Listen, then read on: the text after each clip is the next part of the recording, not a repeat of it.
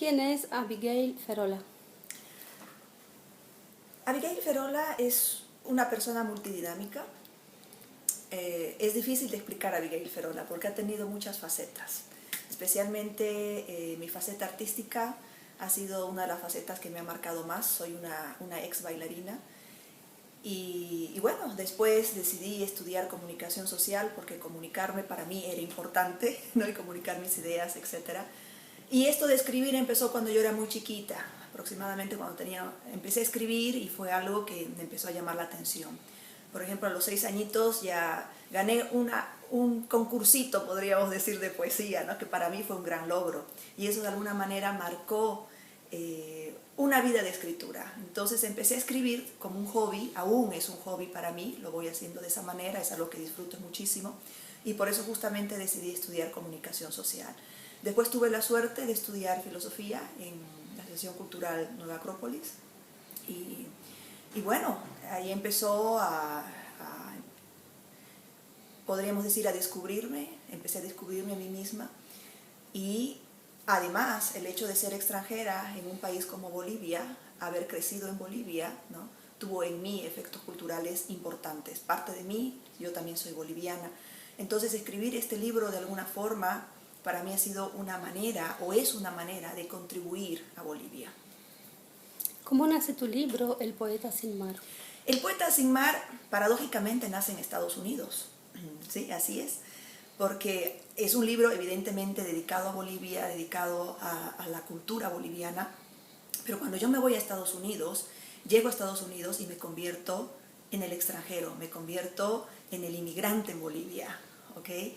Eso, estábamos legal, etcétera, etcétera, pero igual tú sientes que no eres de ahí, sientes que la gente te mira, se da cuenta que no eres de allá, sientes que molestas a veces, incluso sientes que molestas. Entonces conozco esta pareja en Estados Unidos, ellos son ecuatorianos, y me llamó mucho la atención el hecho de que cuando ellos se comunicaban, por ejemplo, cuando hablaban de sus raíces, cuando hablaban de su tierra, esa añoranza que tenían.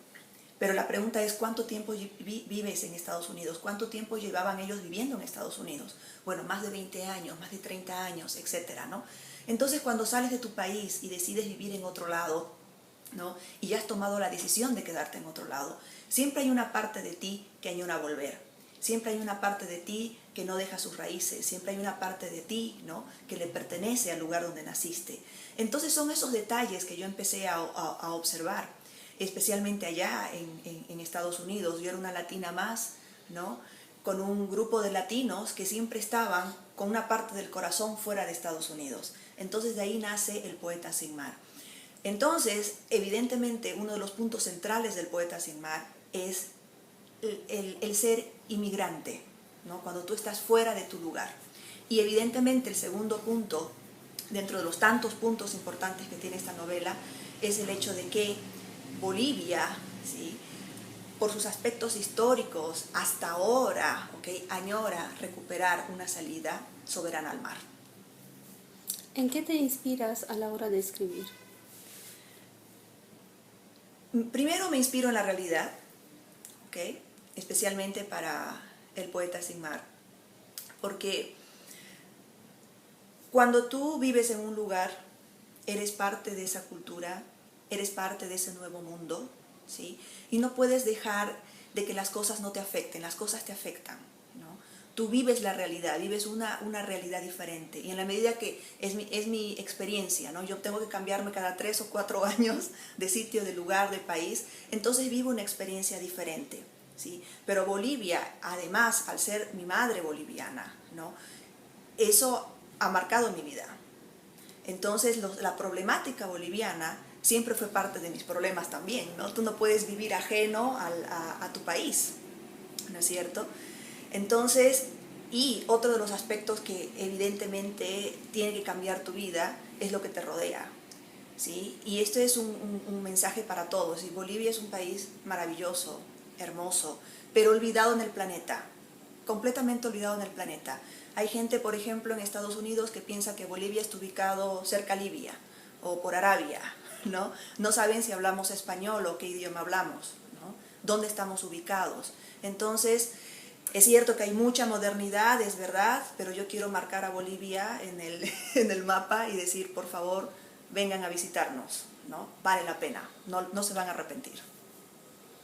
¿Qué diferencias culturales hay entre Bolivia y Estados Unidos? Bueno, son dos mundos completamente apartes, ¿no? Yo creo que la diferencia que la mayoría va a entender, especialmente en latino, es la comparación, ¿no? De lo que es ser latino con lo que es ser americano. No significa que una o la otra sea mejor, no, para nada. Simplemente como seres humanos somos diferentes, ¿no? Somos bastante diferentes en algunos aspectos, otros aspectos no cambian, ¿no? Como por ejemplo el amor a la familia, la lealtad a tu país, etcétera, eso no va a cambiar, ¿sí?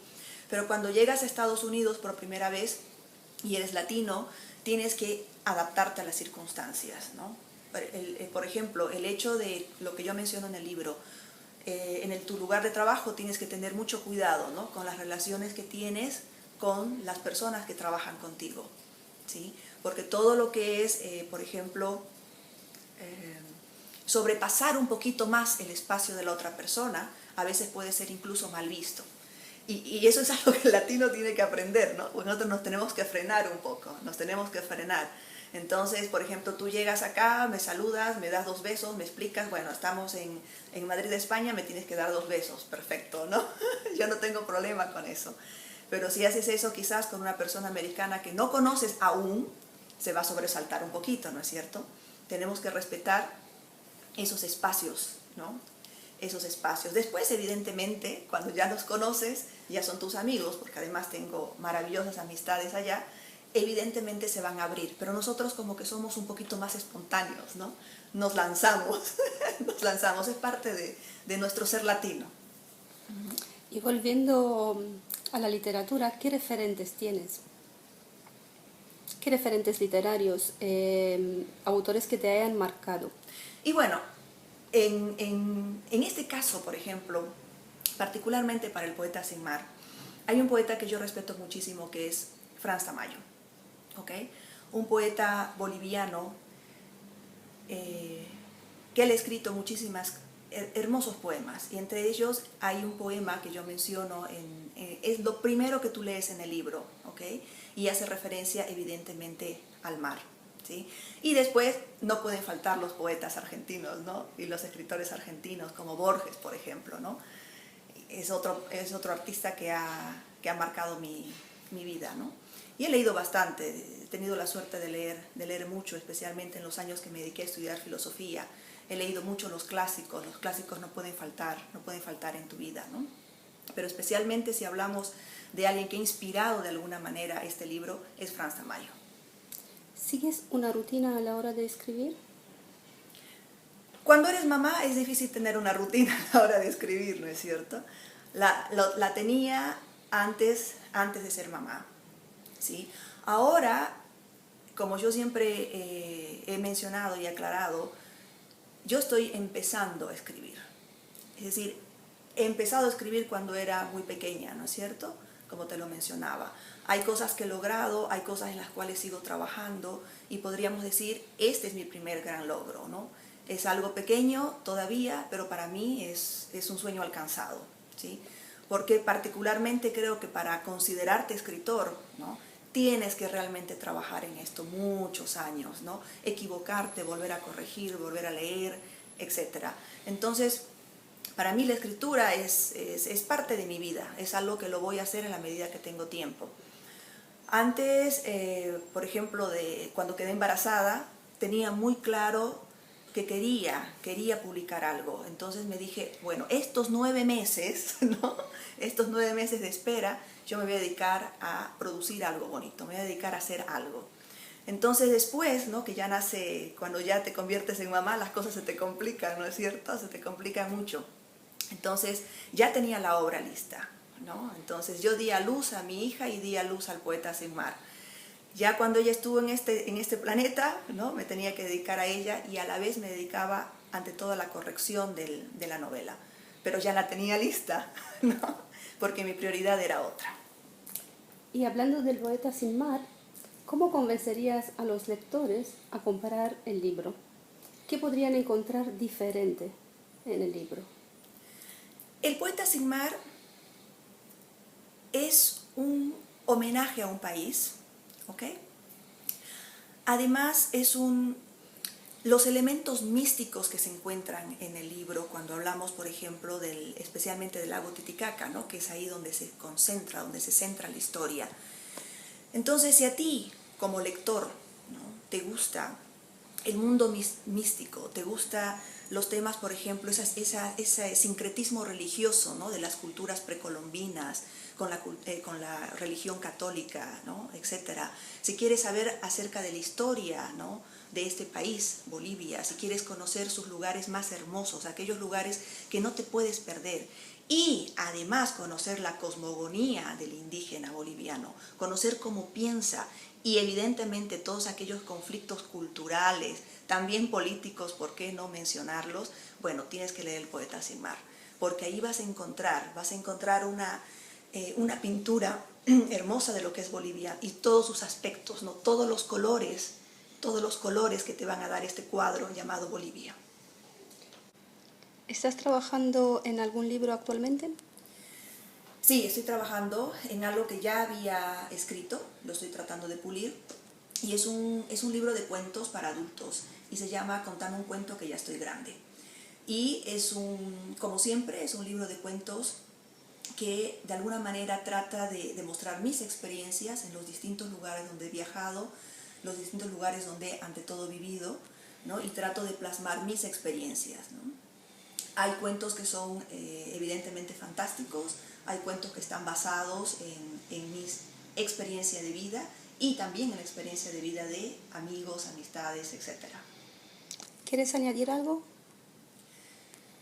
Quiero añadir la invitación, quiero extender esta invitación a todo aquel extranjero que se está preguntando ¿dónde voy el siguiente verano?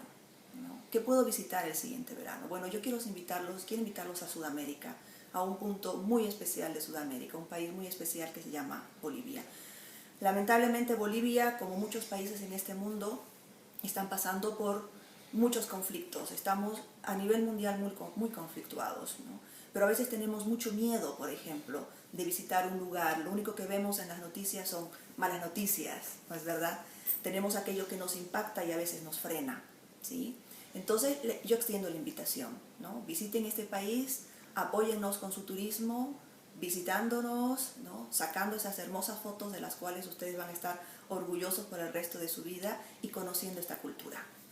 Muchas gracias por la entrevista. No, gracias a ustedes.